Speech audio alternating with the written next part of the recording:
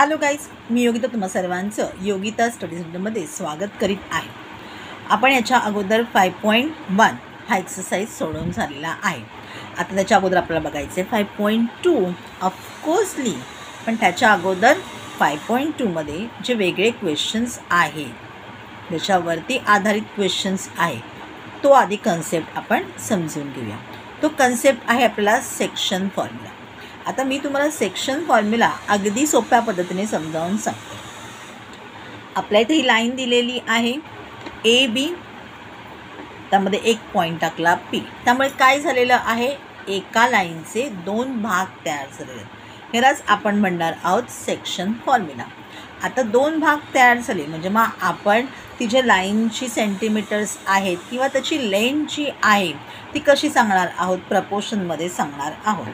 सांगितले A P is 6 and B P is 10, म्हणजे आपला तयार झालेला जो रेशो आहे तो आहे 6/10, म्हणजेच किती आहे 3/5. यालाच आपण काय म्हणणार आहोत, सेक्शन फॉर्म्युला. यालाच आपण काय म्हणणार आहोत, सेक्शन फॉर्म्युला. आता हा बेस झाला सेक्शन फॉर्म्युलाचा. आता इथे काय होतं, सेक्शन फॉर्म्युला कधी लावता येतो किंवा कधी आपल्याला अप्लाय करायचा असतो, तर दोन भाग तयार झालेले आहेत. म्हणजेच काय झालेलं आहे की काही लाईन्सच्या आहेत त्या आपल्याला पॅरलल्स मिळणार आहेत.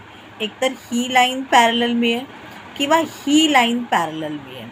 ते तरी सांगितलेलं आहे बघा इथे, section A C parallel to section P Q parallel to section B D. तुमच्या लक्षात आलं, हा एक मेन क्रायटेरिया आहे आपला सेक्शन फॉर्म्युला लावायचा, की एक साईड जी आहे तिची आपल्या लाईन्स कशा मिळणार आहेत, पॅरलल मिळणार आहेत.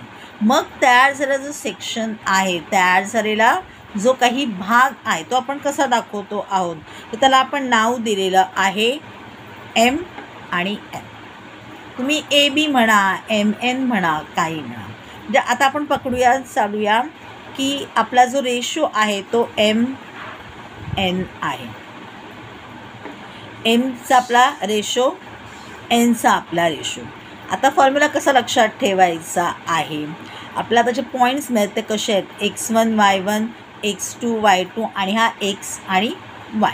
आता प्रश्न कसा येऊ शकतो, ठीक आहे ते, पण त्याच्या अगोदर समजून घेऊया आपला फॉर्म्युला कसा लक्षात ठेवायचा आहे. जो एमचा सेक्शन आहे त्याला जेव्हा आपल्याला उत्तर काढायचं आहे, लक्षात ठेवायचं, तेव्हा एम इंटू x2 करायचं आहे. हा जो x2चा पॉईंट आहे, सेकंड जो पॉईंट आहे त्याच्याबरोबर मल्टिप्लाय करायचं आहे आणि एनला ऑफकोर्सली x1नी मल्टिप्लाय करायचं, त्याची सम करायची. mx2 प्लस nx1 काय काढताना, x काढताना. मग आपल्याला काही दिलेलं असू शकतं, x दिलेला असेल, x2 दिलेला असेल, x1 काढायचा असेल, m काढायचा असेल, n काढायचा असेल, काहीही. ओके, काय बघितलं आपण, m into x2 plus n into x1 बरोबर अपोजिट साईडचे जे आपले पॉईंट्स आहेत ते आपल्याला घ्यायचे आहेत मल्टिप्लाय करताना, upon m plus n, upon m plus n. त्याचा रेशो जो आपला निघालेला आहे तो घ्यायचा डिव्हिजनला. आता ज्याप्रमाणे आपण एक्सची व्हॅल्यू काढली तशीच आपण वायची व्हॅल्यूसुद्धा काढणार आहोत. म्हणजे m into y2 plus n into y1 मग आपल्याला मिळेल अपॉन m प्लस 9 मग आपल्याला मिळेल y. सगळीकडे फॉर्म्युला सेम आहे. x काढायचं तर x2 x1 घ्यायचं आहे, y काढायचं तर y2 y1 घ्यायचा आहे. हा आपला आहे सेक्शन फॉर्म्युला. आता बघा, points A x1 y1 and B x2 y2 in the ratio m is to 9 are given by. म्हणजे आपण या फॉर्म्युलाने हे काढणार आहोत. हा फॉर्म्युला आपल्याकडे लिहून घ्या.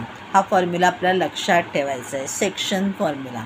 पण सेक्शन फॉर्म्युला कधी लागणार आहे, ज्या वेळेला लाईन्स पॅरलल आहेत, त्यावेळेला सेक्शन तयार झालेले आहेत, त्यावेळेला भाग तयार झालेले आहेत आणि त्यावेळेला आपला हा सेक्शन फॉर्म्युला लावायचा आहे.